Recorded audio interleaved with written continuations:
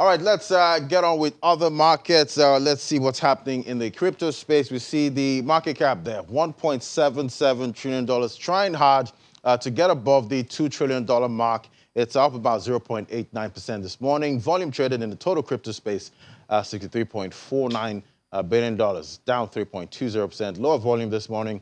Dominance there, still at 41.14%. Price of Bitcoin, $38,331 at 8 a.m. We see Bitcoin extended an increase above the 38,800 resistance zone.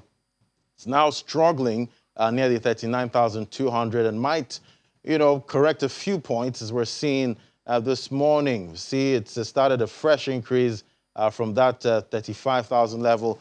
Price of Ethereum, $2,752, up about 0.70%. Volume traded in Ethereum, $12.44 billion. We see Ethereum has been on quite a run this week, not looking bad at all. Let's look at the top alts by market cap there. We see BNB there, $381, up about 0.22%. It's trying to get back above $400. Cardano has stayed above the $1 mark. Congrats, Cardano, 2.06% up. Solana back above $100. It's up about 3.48%. And XRP still the laggard on the top alts by market cap. All right, let's bring in Solomon Amunde now. Hello, Solomon. Good morning, Larry. Good morning. Good morning, Solomon. Well, quite bullish news yesterday. We see India, they've legalized cryptocurrencies in the country, but there's a catch, 30% tax on digital asset sales. What do you think? Yeah, I think that's quite high. It's quite high, and it doesn't seem fair to the traders. Why? Because it's almost like you're taking half of what they have made. Well, the good thing is it's tax on profits then made. But even at that, it's still extremely high. I mean, 30% is just 10% short of 50%. So they need to consider that these traders would have spent on data and so many other stuff that they would have invested before going into most of these positions. And they should also look at the timing too. Most times you invest in an asset and you need to wait for 1 year, 2 years, 3 years before you can be in profit. So I think a whole lot is at stake right here. So I would say 8% to at most 12% seems fair for taxing these traders on profits being made. All right, maybe it's because you guys make a lot of profit. You guys keep talking about 100x, 200x, 1000x. So maybe that's why they're charging you so much. Yeah, that's also true. But most times, if you look at it, let's say it takes me 3 years to make 10x, and you take 300% of my profit. I mean, that's crazy. If I make $50,000 profit and you're taking about $20,000, or $15,000 basically at 30%, that doesn't seem so fair because I would have invested a whole lot within that time frame of 3 years. All right. Well, it's supposed to be bullish news, but we see Bitcoin is still, struggling for direction there. It's trading at about $38,331. How are you seeing price action? Yeah, price action, Bitcoin is extremely bullish, especially based on the news coming from India, and also because Putin of Russia backed cryptocurrency investment, saying that they should look at ways to kind of like monitor what's happening, and they shouldn't try to pass it away, basically. So the news and sentiment around Bitcoin seems extremely bullish this week. February looks very, very bullish.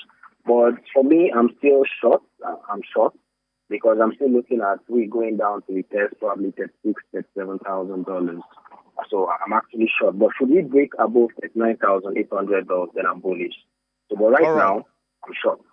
Okay. What about altcoins? How are you trading those? Altcoins haven't peaked yet. I mean, altcoins are still looking very bearish. Right now, Bitcoin dominance is climbing. Bitcoin dominance is looking bullish. And if Bitcoin should dump within this week and next week, it will be very crazy for us. Most of us will lose about 10 to 20% of their value. So I pray Bitcoin doesn't dump, or what the chart is showing is we might likely see a retest of $6,000. All right. So, Solomon, I'm going to bring your attention to one altcoin that's been acting like a stable coin. It's XRP. I know they have a lot of fans out there, but it seems it's stuck. Yeah. One thing about cryptocurrencies is every project will get to a point where it will seem like they have hit their peak in terms of market valuation, and they wouldn't really move that much. SRP is one of such projects. It will be very difficult for us to see SRP do a 2x. Like, it will be extremely difficult. We have so many projects like that in the past, Litecoin, ARK, especially ARK, ERK. ARK has been stuck at a particular price for the last 2 years or thereabouts. So it's the same thing that SRP is experiencing, that there are so many other currencies. And this will also be the future of so many other cryptocurrencies too. You would see them get to a market valuation where they wouldn't really grow that much, including Bitcoin. It wouldn't grow that much and it wouldn't fall that much. Quite interesting, seeing some altcoins turning into stable coins. All right, Solomon, thank you so much. All right, now let's look at the top 5 again. As we see Leo's topping that counter there. It's $4.39, up about 17.44%.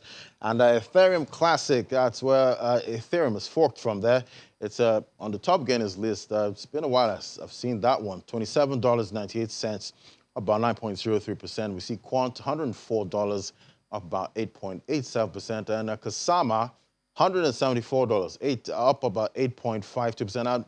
Render token there, one of the new entries to the top 100s, showing up on the gainers list for some time now. It's $3.77, up about 7.43%. And the top 5 losers now, we see Loopring, they're down 7.20%. It did get above the dollar level, but had a pullback with this volatile market we're having right now. And we see Kadena there, $5.94, down about 3.38%. So it's not looking bad at the losers counter there. We don't see double digits at this moment.